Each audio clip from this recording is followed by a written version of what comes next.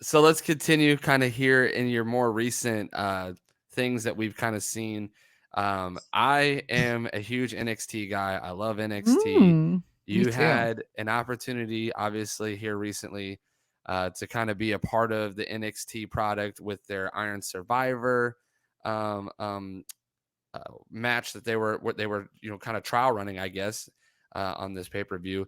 Can you kind of tell us how the appearance of you being on that episode of kind of picking those contestants came about, who you talked to, and as well, who did you actually see potential in while you were there as far as WWE, NXT, pro wrestling in general?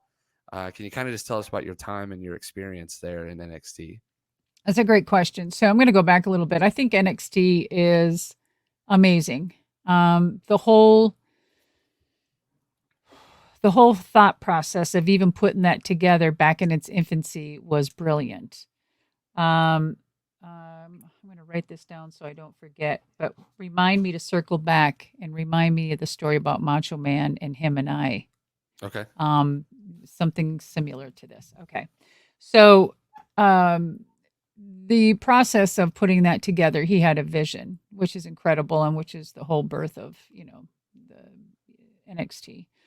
It being a farm, basically, right, became a learning center. And what a better who thought of that to scout, look for great talent that want to be a pro that want to be a pro wrestler, to train to be a pro wrestler, and then get paid for it. Mm, What? Who does that?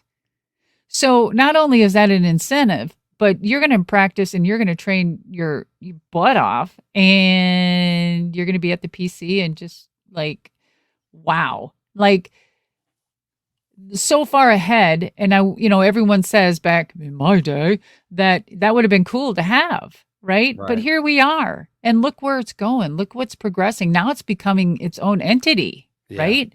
And you're going to see a lot more out of NXT this year and next year. There's going to be some, I mean, I think there's going to be more programming. Big time, Mm, guys. Keep your eyes out. Yeah.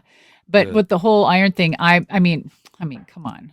A champion knows a champion. Why wouldn't I pick Roxanne, by the way? Right. I mean, come on. That was because that had something to do with my little segment beforehand, remember? With her? Yep.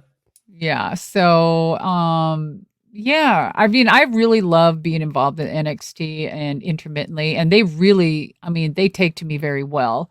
Um, I just think it's cool. Sean, he has a great mind. I think he's the best thing that happened over there to NXT. So Tripp can, go do his thing and figure out what he's doing, in the multiple just confusion of the WWE and the transitions that they've been doing and going through. So yeah, it's, I mean, what a better person to take over.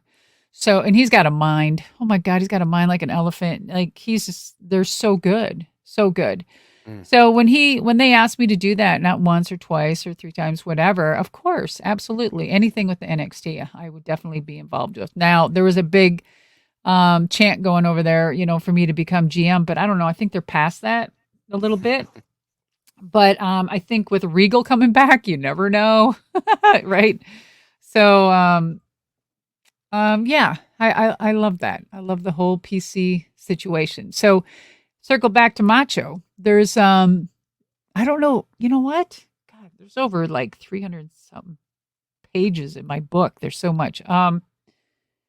I think we mentioned this part. If not, I might give you something y'all don't know.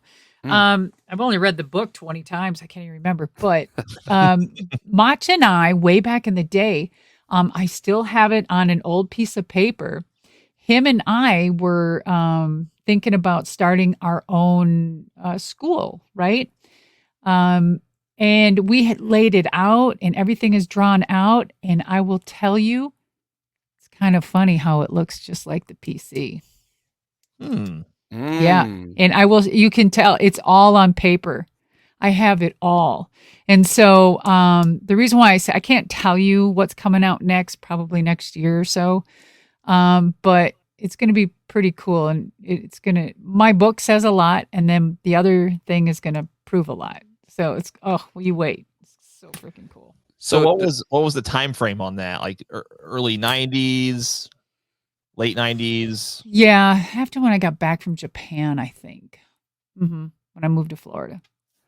So I guess the question is here then, because obviously, this is you talked about NXT's birth. It's got this really cool, it's its own entity almost. They've kind of separated it from the rest of the business, right? Like Yeah.